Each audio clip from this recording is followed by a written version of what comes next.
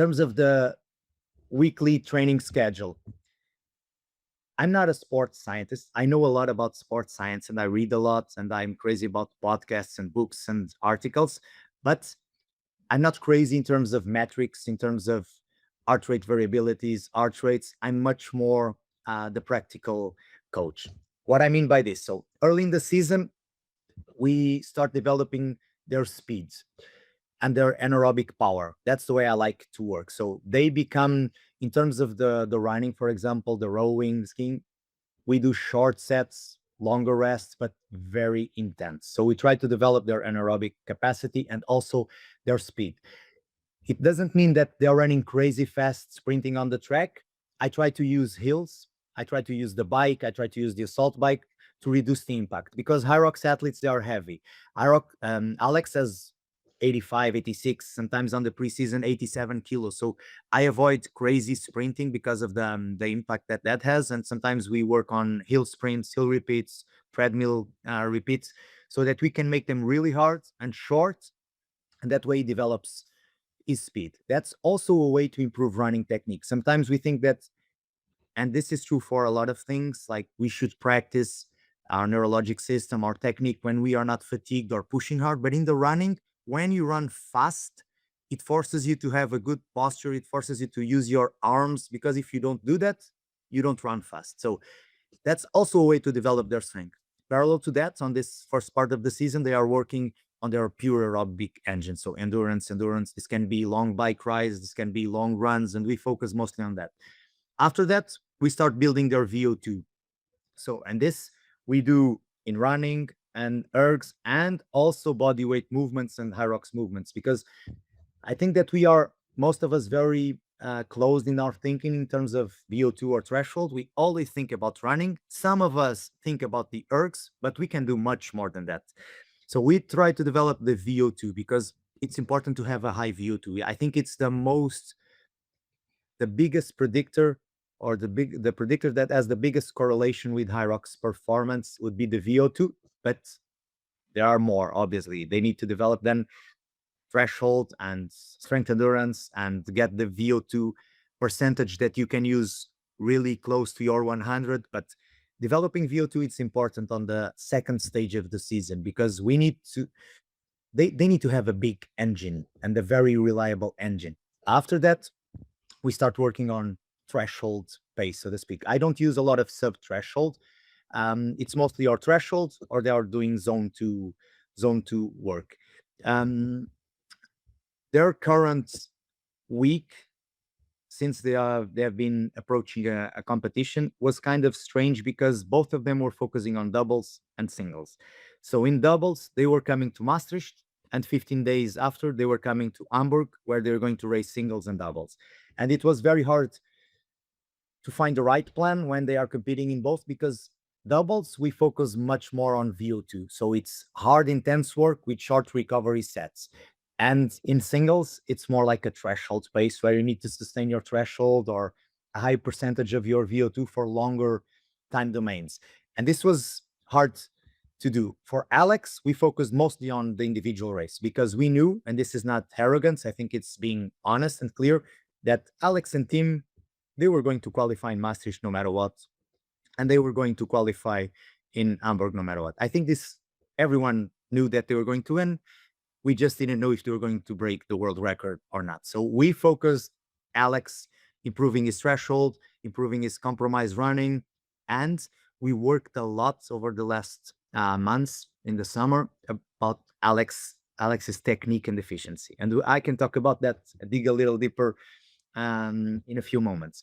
That said, in the case of Zara, we were working on both. So focusing on VO2 and focusing on threshold, because we wanted Zara to qualify in Maastricht. We wanted Zara to qualify in doubles elite in Hamburg, but we still wanted her to perform properly as an individual competitor. So that's what was a hard balance, but we were able to do it. One Zara week of training from 1 month ago. It's kind of Tuesday, always track sessions, and we were focusing on threshold because of their also the individual race that she was doing, and that can be 6 by 3 minutes with 30 seconds rest, or 5 by 5 minutes with 1 minute rest in between, threshold pace, pure threshold pace. And on those days, sometimes we add a double session, and the double session is still threshold, but focusing more in the ergs and HYROX movements. If you want to do or to build a threshold session with ergs and HYROX movements, it's as simple as 1 minute rowing at threshold pace, 1 minute of burpees threshold pace. So I know that for Zara, this means around 18 burpees per minute. Alex, it means around 20 to 21 burpees per minute. 1 minute of wall balls. And here for them, they can go unbroken and it's still threshold or sub threshold pace. And then if I want to improve, like I want to improve Zara's ski, the fourth minute would be ski a little faster than threshold pace, so sub VO2 pace or long VO2 pace, hard, and then 1 minute rest. For Alex, the same, but I will build it differently because Alex doesn't need to improve. He needs, but our focus was not to improve the rowing or the skiing. So I would finish the threshold with burpee broad jumps or with fast lunges or with fast wall balls, because that's where Alex needs to work and improve. Improve is speed.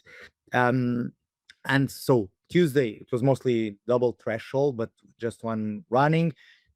Thursday, Zara always rests, and then we had one long run that could be or Wednesday or Sunday, dependent, and all the other runs are compromised. So basically, one specific threshold session or VO2, but in this case, threshold, two longer runs outdoors, and the rest of the running, it was compromised running. And this, the way that I develop athletes is mostly this is our goal race space. It's not your threshold. It's not your VO2. I don't care about that. So early in the season, if they have tests, we work with heart rate, we would work with percentages of their with lactate zones, etc. But when we approach competition, I forget about stats. So Alex needs to run a 315 to win. So this will be his goal pace. Zara needs to run a 340. So this will be goal. I don't care if it's an RPE of 6, an RPE of 10. It's a 340. It's a 340. You need to do 33 wall balls per minute. I don't care if it's your heart is at 188 or 170. For me, it's the same. You need to do it. We will do them. I need you to do the burpee broad jumps in 2 minutes and 30 seconds. The lanes that we have in the elite setup, we will do it. And Alex can say, Tiago, I felt like shit. It was like my heart was coming out of my mouth. My heart rate was Alex, if we want to win, 230 is the pace. So let's fight for those 230. So in my way of planning programming, early in the season or when we are building big blocks, okay, we can think about RPE, we can think about lactate zones, we can think about heart rate. But when we are focusing on competition, it's pacey. So if I train a half marathon runner and I know that for him to win our goal a race, he needs to run a 245 per kilometer pace.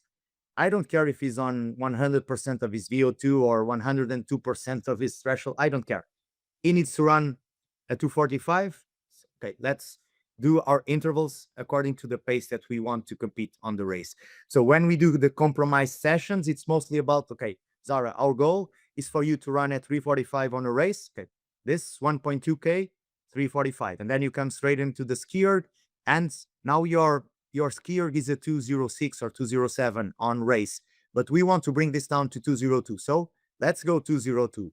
But this is unmanageable. So when we finish the running and the ski and probably just 500 meters more of running, we rest 30, 45 seconds, and then we go back again. So we try to simulate race goal paces, not the current paces, and we add the necessary rest to be able to repeat that. And the goal for the future is we start to reduce the rests up to a point. If everything goes well in 6 months, these paces will be able to be sustained for like 40 minutes in training. And that means for both my athletes, if they do this for 40 minutes in training, they will do this for the whole race in competition.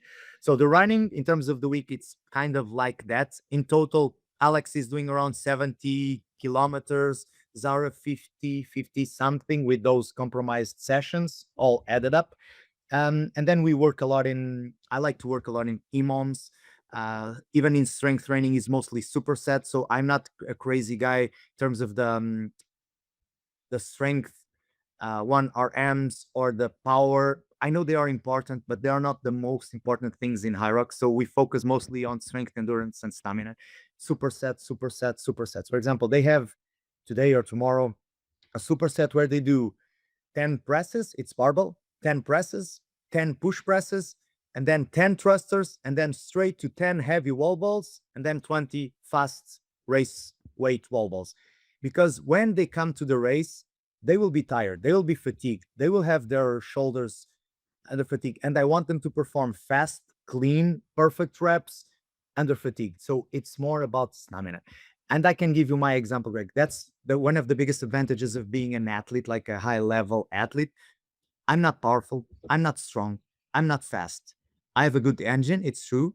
But most of all, it's the mindset and it's the stamina. It's the strength endurance. So if you ask me to do 50 wall balls fresh, they will cost me the same as if you ask me to do 50 wall balls after running a 30K trail run, because I train that over time, and that's useful for me.